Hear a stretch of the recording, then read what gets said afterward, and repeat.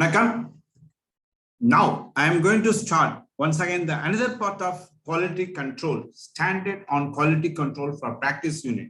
It's a very important area, and this topic which I am going to cover now is from the ethical standards. Is what is the quality that every member has, every practice unit has to have with reference to ethicals. And before going to that, the presentation, I want to say once again that the standard on quality control is mandatory by ICI with reference to peer review with effect from 1/4/2009, and this is related to the practicing unit and personnel. They have to maintain the standard on quality control. This is also related to the professional standards, regulatory, legal, and ethical requirements. So now next one is this standard on quality control is being divided into 6 parts. One is with reference to leadership responsibilities for quality within your firm, ethical requirements, which we are going to discuss today, acceptance and continuance of client relationship and special engagements, human resources, engagement performance, and monitoring. All these 6 topics are very important. We have already seen point number 1, 3, and 4. And now today I am going to take up the point number 2, ethical requirements. Ethical requirements including independence. So every member, every chartered accountant, every practicing unit has to keep the code of ethics of ICI into their mind before or during the practice. Because if they deviate from the ethical things, then they are responsible for the disciplinary action. If they are responsible for the disciplinary action, then they are not liable to be appointed. They are not responsible. They are not liable, or they are not eligible to be appointed as the peer reviewer. But if you deviate from the ethical standard code, then your firm may be subject to peer review. But if you want to become a peer reviewer, then you should have the proper ethical standard as prescribed by the ICI. So here, the first point is policies and procedures of practicing unit to adhere to the ethical requirements contained in Code of Ethics issued by ICI for its proprietor partners. That is, the practicing unit should have got a policy which should not deviate from the Code of Ethics prescribed by the ICI with reference to its partners and proprietors. And whether the practicing unit followed the Code of Conduct prior to acceptance of any new assignment. This is a very clear that even before accepting the new assignment, the practicing unit should not be subject to any violation of Code of Ethics. And if they are following the Code of Ethics, then the documents with reference to that point also have to be seen. So the policies and procedures with reference to ethicals have to be maintained by the practice unit with reference to its partners as well as its proprietor. Not only during the appointment, even before during the appointment also you have to see. And another very important thing in the Code of Ethics is that a practicing unit has got the right to have the website. And if so, if the practicing unit has got the website, then what is the website name and website address and its details you have to see, you have to give. And whether the same is being in conformity Code of Ethics of ICI. But actually, these answers have to be given by the practicing unit to the peer reviewer. So the practicing unit has to prepare this, whether yes, our website is in conformity with the Code of Ethics of ICI. So for this, please refer the Code of Ethics with reference to website. Next ethical thing is how the practicing unit ensures that the partners and professionals comply with the professional ethics relating to assurance of the following. So that means the partners and professionals who are with part of practicing unit has to take care of this following 5 points. One is integrity in that day-to-day activities. How the partners, how the professionals, they are having their independence, they are having their work, so that it will not be deviated from the Code of Ethics. So integrity in the day-to-day activities, measuring professional objectivity while carrying out the assurance functions, maintaining professional competency with updates of latest developments and their implementation, their day-to-day activities in assurance function, maintains confidentiality, that is steps taken by the practicing unit if the information is shared to the third party due to the software development, and do's and don'ts to be followed by the practicing unit with clients, third parties, other members of the accountancy profession, staff, employers, and general public. So thing is, the practicing unit should have got the integrity. That means they should not deviate from the normal thing. So they should have got the integrity while dealing with the clients. And professional objectivity. What is the professional objectivity of the practicing unit? As also to be clearly mentioned by the practicing unit in the question. And whether those proprietor or partners are capable or competency to handle the peer review with the latest updates. And from where they will get the latest update? They will get the latest update by way of in-house training or attending CP meetings which have been conducted by ICI. And the practicing unit has to maintain the confidentiality. That is a very, very important thing, because the practicing unit has to share all the confidentiality of confidential things about the client to the peer reviewer. So it is a duty of the practicing unit also to maintain the confidentiality about the client, because whenever they share the data as outsourcing one to outsiders, then that outsourcing third party should maintain or keep the confidentiality. So the thing is, this point has to be bear in mind, because the practicing unit has to maintain confidentiality. And next one is do's and don'ts. What are the things that the practicing unit has to do with the client? What are the things that the practicing unit should not have done? That is with the clients, with the third parties, other members of the accountancy profession, staff, employees, and the general public. So there should be a proper chart and there should be a proper plan. So to have the point number 5, that is do's and don'ts to be followed by the practicing unit. Another important thing is, what are the procedures, policies and procedures adopted by practicing unit to remain independent all throughout the assignment? So because if you are a practicing unit, you should not give any favoritism to your client. Though you are very close to the client, you should not give any favoritism. That means you have to maintain individuality. That is, we can say that it's an independent approach that the practice unit should have with the client. So what are the procedures and policies for that? And how they communicate with those clients? So in that type of communication also, the independency should be fulfilled. So this is a very, very important thing, because this is one of the very important thing of ethical standard boards. Now, there are 5 types of threats, because to have the independent movement with the independent movement with the client, the practice unit will have the policies and procedures to be framed in such a manner that it has to avoid 5 types of threats: self-interest, self-review interest, advocacy interest, familiarity threat, self-interest threat, self-review threat, advocacy threat, familiarity threat, and professional skepticism. So all these 5 threats are very, very important. The practicing unit should avoid all this type of 5 threats, or should have got the policies and procedures to avoid these 5 threats. Now we will go, what are the 5 threats individually? Self-interest threats. What does it mean? That is the threats that arise from the auditors acting in their own interest. That is, self-interest include auditors' emotional, financial, and other personal interests. Auditor may favor consciously or subconsciously those self-interest over their interest in performing the quality audit. So that means there should not be any self-interest. If there is any self-interest, then the independence will not be there. It will affect the practicing unit's audit capacity or audit quality. So they have to avoid self-interest thrust. And self-review threat. That means when an auditor is facing the risk of reviewing their own, suppose if they review their work on their own, there will be some threat. So usually audit firms provide other services apart from primary services.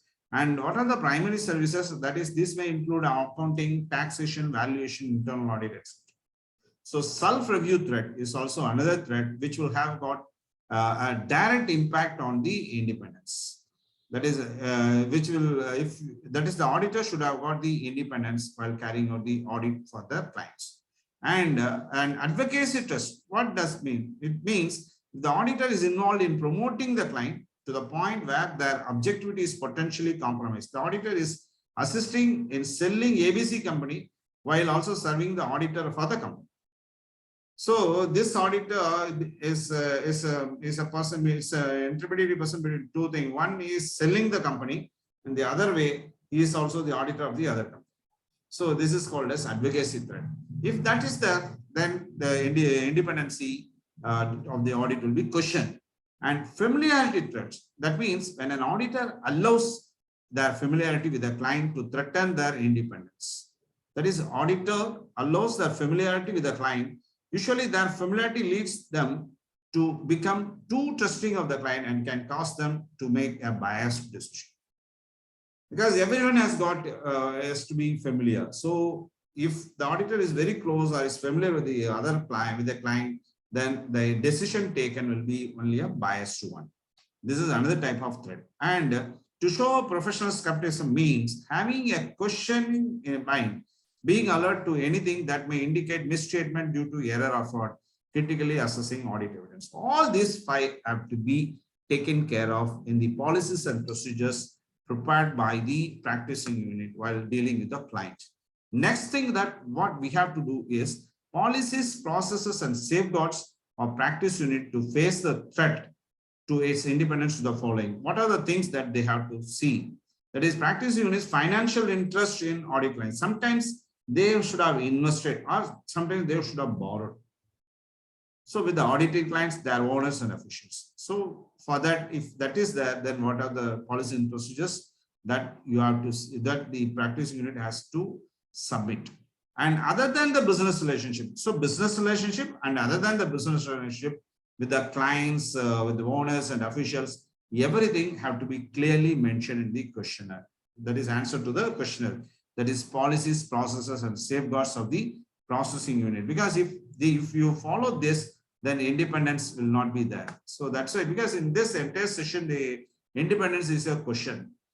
So the next point that we have to see is policies, processes, and safeguards of practicing unit to face the threat to its independence. The following. That is long-term relationship. Because so far we have seen 3 points, and 4th point is long-term professional relationship with the clients. Suppose if the client is for more than 20 years, 25 years, normally the auditor will take a biased opinion. Then in that case, the independence will be affected. So this is a reply that the practice unit has to give this to the peer reviewer. Getting gifts, hospitality, which are valuable in nature by the practice unit from clients, their owners and officials, which indirectly have got role in independence. Suppose if you receive any gift in the form of, even sometimes some clients may allot even a land to the auditors. So if that is there, one cannot expect independence. But if any gift or hospitality is being received by the practice unit, that should also be reported by the practicing unit in the questionnaire. And what is the major fees received from the clients out of the total earnings? So it is indirectly say that you have to prepare the clients fees wise and who is overall called as major clients. And if anyone is paying more than 10%, you have to give the list, 20% you have to give the list. So you have to prepare the list. Suppose if any fees, any major fees is received from a particular sector, then the auditor will be very, very careful, because they should not show the independent, they should not show the biased decision. So you have to be very, very careful, but this has to be reported to the peer reviewer by the practicing unit. Is there any conflict of interest prior to acceptance of professional services? Suppose there is another question, that is whether the practicing unit has got any conflict of interest before accepting the professional services. Now some practicing unit has withdrawn the assignment. Then if they withdrawn the assignment, what will be the reason why they have withdrawn the assignment? For that also they have to give the list. So not only the audit engagement, is the withdrawal of engagement should also be submitted by the practice unit due to the threat of independence, which could not be reduced to an acceptance level for the period of sometimes the practice unit may say that we will be not in a position to give the service because our independency will be affected, and so this may be the reason for withdrawal of the engagement. Another thing is policy to obtain annual independence. This is a very, very important thing, that it's a obtaining annual independence declaration by practicing unit from its members and partners. So every year, the practicing unit has to get an annual independence declaration that I am not directly related to this party. I am not directly supporting this customer. I am not taking any biased decision. Everything that you have to give in that declaration, and it is applicable even if it is a new professional service also. The independent, that is the declaration from the partners and members are required. In case of joint audit, sometimes an audit may be conducted jointly. If that is the case, then practice unit has to confirm that annual independence with the joint auditor has to be taken, and it is a duty to get it confirmed. So practicing unit, if they are conducting the audit in jointly, then the practice unit has to get a joint auditor declaration. This is also another information they have to submit to the peer reviewer. Next one is number of audits. That is income tax under section 44AB. That is what total number of tax assignment carried out by the proprietor or partner of the practicing unit. In each and every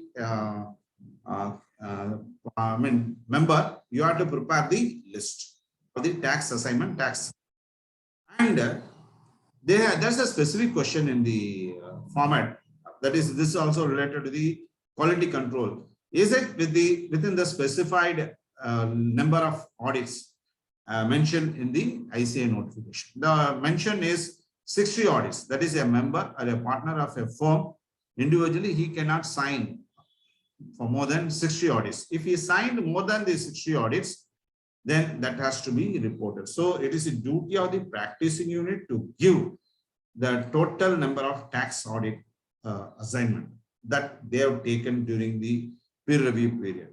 So tax audit limit that is applicable for a practicing CA or partner in a CA firm shall be 60, which shall not include. This is a very, very important thing, because this is already clearly stated by ICA that it shall not be include tax audit conducted under section 44AD, 44 ADA and section 44 AE of the Income Tax Act of 1964. So only audit taken under section 44 AB are covered by this thing. And if they deviate, I heard that some of the charter accounts signed the 44 AB audit has crossed number of audits, they crossed more than 6,000 audits. For 6,000 audits, he has put the signature. But they have been sent some. They have been sent the disciplinary action notice. So you have to be very, very careful. You have to sign within that 60.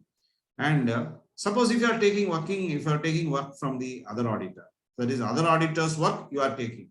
That is moreover, the client moves from other auditor to you. So what you have to do, you have to get the no objection certificate from the earlier year auditor, previous auditor, you have to get the no objection certificate.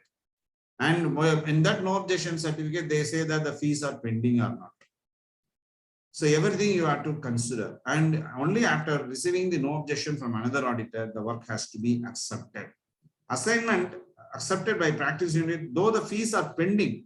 They say that the fees are pending. The client has not given me the fees. If that is being quoted by the previous auditor under the Companies Act or any other statute, then this auditor, this practicing unit, has to give reason why you have accepted the audit, though the auditor mentioned that the fees are pending. If in case the fees have been paid, you can accept. But these provisions of getting no objections are not applicable to the SIP units, because this is not covered. This is an exemption class. And now going to the number of audits in a company. See, what is the total tax assignment, total audit assignment in the Companies Act done by the practicing unit? So the practice unit has to prepare a total assignment, audit assignment under the Companies Act of 2013. And the next question is that they should act only within the ceiling prescribed by the ICA. That is, the ceiling is the auditor shall not accept audit for more than 20 companies. But MCA has exempted the dormant company and one-person company from this ceiling. That is, one dormant company is there, you can be an auditor, but that is being excluded from the ceiling, and one-person company is not included in the definition of 20 companies. And also small companies and private limited companies with less than 100 crores of paid up share capital. Small companies and private limited companies with less than 100 crores of paid up share capital are excluded from the limit. So this is also you have to see. So if as a practicing unit, you have to give this report, and as a peer reviewer, you have to see whether the practicing unit has exceeded the limit of that 20 companies or not. That you have to give a specific report in your peer review report.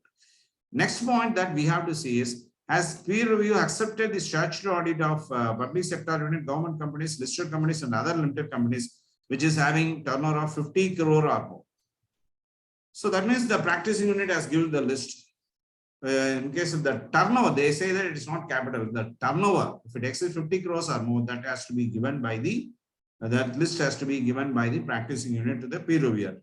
And practicing unit has accepted some other engagement. So here, this practice unit is appointed as the auditor for statutory auditor for public sector unit, government companies, listed companies, and other public companies, which is having more than 50 crores turnover.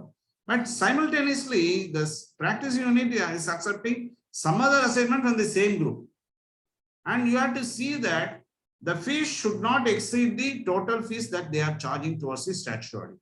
If it exceeds the fees of the additional service, other than the statutory audit exceeds, then that has to be reported. And the practicing unit has to give the reason why they have charged those amount of fees, why they have accepted the assignment, additional assignment or not, everything that they have to give. So it's a very, very important thing that practicing unit has to give the list. That is, here audit from the government company, public sector company. Here, other than the statutory audit, you are taking the audit, some other assignment, the fees, whether the fees exceed the statutory audit fees. If that is there, then that has to be reported by that has to be given, that is the information has to be given by the practicing unit to the peer reviewer. Next one is, that is with reference to indebtedness, with reference to guarantee given by the practicing unit to the client. In case if the practicing unit has borrowed amount of rupees 1 lakh and above, you should not actually, it has to be reported and you should not accept the audit. And yes, as any guarantee given of 1 lakh, in excess of 1 lakh, that has also to be reported by the practicing unit. And provided security in connection with the indebtedness of any third person to the concern for the limits fixed in the statute. In any other case, that is other than the above, then if the limit that is more than 10,000, if it is there, then that has to be given information by the practicing unit in the questionnaire. And why they have accepted the audit, that is also to be given. So practicing unit has accepted the auditor for the concern, provided the indebt, that is debt in the indebtedness exceed 1 lakh, the specific reason why he has accepted the audit, that has also to be given. And this is a normal thing. Our ICA has prescribed the fees for each and every services, whether the practicing unit has charged the same fees or has received more fees or less fees.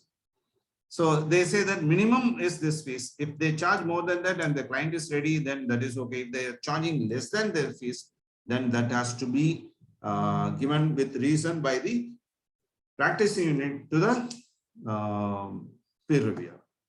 And as for section 144, so because here the section 144 is very, very important.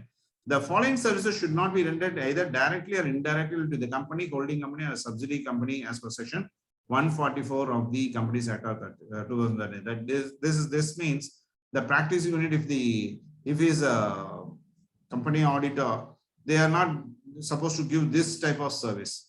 That is accounting and bookkeeping services. You should not be an auditor and you are not directly write the accounting and bookkeeping services, internal auditor, and design and implementation of any financial information system, actuarial services, investment advisory services, investment banking services, rendering of outsourced financial services, management services, and other kinds of services as may be prescribed by under the Companies Act of 2013. So if the auditor has undertaken any of these services, he is not supposed to take up the audit. This is the indirect meaning. But if they accept, if they are doing the service other than the statutory audit, then the practicing unit has to give the reason why they have given this service and what are the names against which these services have been provided. That means the practicing unit should not violate the provisions of section 144. Then ICA has given the direction not to accept the auditor as not to accept the appointment as auditor in case of unjustified removal of earlier. Sometimes ICA say that the auditor has been removed in an unjustified manner, then they will issue no information to the next auditor that you should not accept. But in spite of ICA's letter, if the auditor has accepted, that is the practicing unit has accepted the audit, then the practicing unit has to give the reasons why they have accepted the audit. Because ICA say that you should not accept, but you have accepted, you have to give the reason. So all this you have to prepare from the practice unit angle. And this practice unit angle, all the practice unit angle, they have to prepare the reply. And payment received by practice unit through the medium of different firms. Sometimes they are not receiving the fees. Sometimes they receive the fees from a different firm or firm in which the main partner or the proprietor is a partner in that firm. If that is the case, you have to give a proper disclosure in the statement. The statement on quality control you have to give.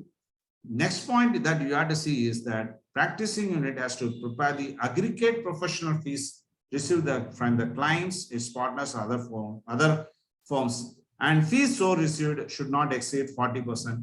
And if it exceeds 40%, then the practicing unit has to give a specific report saying that independency of the report, the independency work with the client has not been affected, has not been shown, and there is no biased decision taken by the practice unit. That is the cutoff level is 40% of the total aggregate of the fees. Then practice unit has to take care that quality control should not be compromised while undertaking assurance services in respect of UDIN generated by the firm.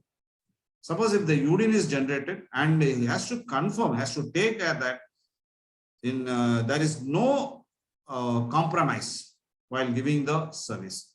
Everything that the practice unit is giving is as per the guidelines of the Companies Act, as per the guidelines of the ICA. So there should not be any compromise. And practice unit has to given. Then in addition to that, the practicing unit has to give UDIN taken for every year against each proprietor, against each partner. So during the peer review period. So that list also they have to submit in the form. Next one is review carried out by the Quality Control Board. Here, sometimes the Quality Control Board, they are taking direct review or they are taking review with the review at the practicing unit. And sometimes during the review, Quality Review Board has given some advisory or some suggestions, whether the same has been followed by the practicing unit or not. That is a report of complaints to be submitted to the Quality Review Board. So see, this area which we have discussed today is from the Ethical Standard Board.